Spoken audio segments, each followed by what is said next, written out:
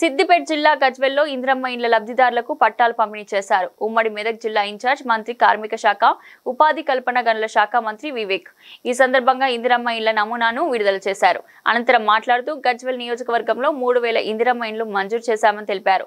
ఈ కార్యక్రమంలో ఎమ్మెల్సీ యాదవరెడ్డి, జిల్లా కలెక్టర్ హేమావతి, ఇతర ఉన్నతాధికారులు పాల్గొన్నారు.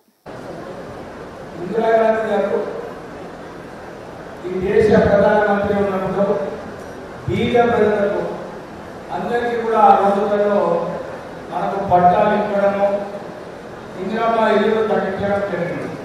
అది 1990లో ఇందిరాగాంధీ గారు ప్రధానమంత్రి ఉన్నప్పుడు గరీబీ హఠావో అంటే పేద ప్రజలకు న్యాయం చేయాలి, ఆదుకోవాలి ప్రభుత్వం అని చెప్పి ఆ రోజులలో ఇందిరాగాంధీ గారు ఈ గరీబీ హఠావో ద్వారా పేద ప్రజలకు ఇల్లు స్థలాలు ఇప్పించడము, పేద ప్రజలకు ఇల్లులు కట్టించడం జరిగింది. తర్వాత 12 సంవత్సరాల క్రితము కాంగ్రెస్ ప్రభుత్వం ఉన్నప్పుడు అప్పుడు కూడా మరొకసారి పేద ప్రజలకందరికీ కూడా ఇందిరమ్మ ఇల్లు కావాలని చెప్పి ఆ రోజులలో చాలా మంది ఆ స్కీమ్ ద్వారా ఇల్లులు కూడా కట్టుకోవడం జరిగింది. తర్వాత అందరూ కూడా ఎదురు చూస్తున్నారు, అరే మనకు కూడా డబుల్ బెడ్రూమ్ ఇల్లు ఉంటే బాగుంటుంది, మనం అదులను ఇంకొక గది కోవచ్చు అని చెప్పి అందరూ కూడా ఎదురు చూస్తున్నారు. కానీ చాలా మందికి రాలేదు.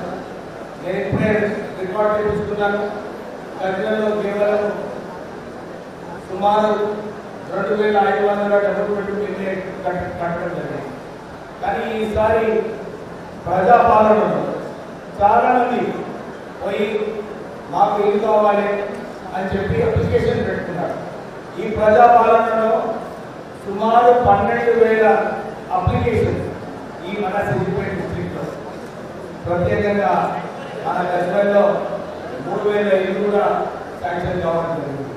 అంటే రేవంత్ రెడ్డి గారు మొన్న ఎలక్షన్లలో అందరికీ మాట ఇచ్చినారు, మనము పేద ప్రజలను ఆదుకునే అవసరం ఉన్నది, ప్రజల కోసం ఈ ప్రభుత్వం వచ్చింది, ప్రజాపాలన మంచిగా నడిపించాలి అని చెప్పి రేవంత్ రెడ్డి గారు ఒక కంకణం కట్టుకొని ఈ రాష్ట్రాన్ని పరిపాలిస్తున్నారు.